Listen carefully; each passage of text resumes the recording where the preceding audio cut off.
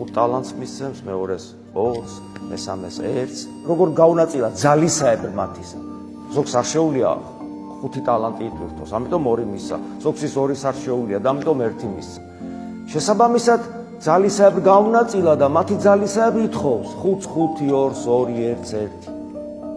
ეს არის ღმერთისგან მოცემული.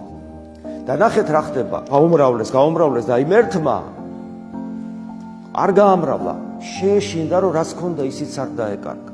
აი ადამიანს რო ეშინია ხოლმე სულიერ ცხოვრებაში შეცდომების, სულიერ ცხოვრებაში რაღაც გადაცდომების, ხიბლის მათ შორის და ასე შემდეგ და ამიტომ სამწუხარო გავრცელებული მდგომარეობაში, როცა ადამიანი სულიერ ცხოვრებაში არაფერს არ აკეთებს, კმაყოფილია რაღაც ზედაპირული ქრისტიანობით, არ ეძებს, არ უღმრავდება, შემოქმედებით, კაი გაგებით ექსპერიმენტებს არ ატარებს.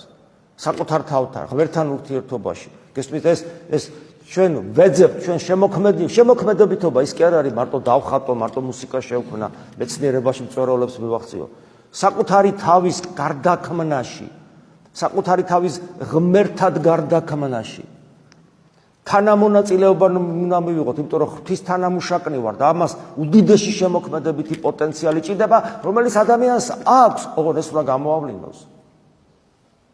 ესმით აი ამაშია საქმე, თორე ღმერთს რა უცებ მოვიდოდა და თავზე ხელს გადაგისვავდა და გახდებოდი ის რაც უნდა იყო, მაგრამ არ გამოვა ესე შენი თავისუფლების გარეშე. და შენი თავისუფლება სადაც არის, უკვე ურთიერთობა, შემოქმედებითობა.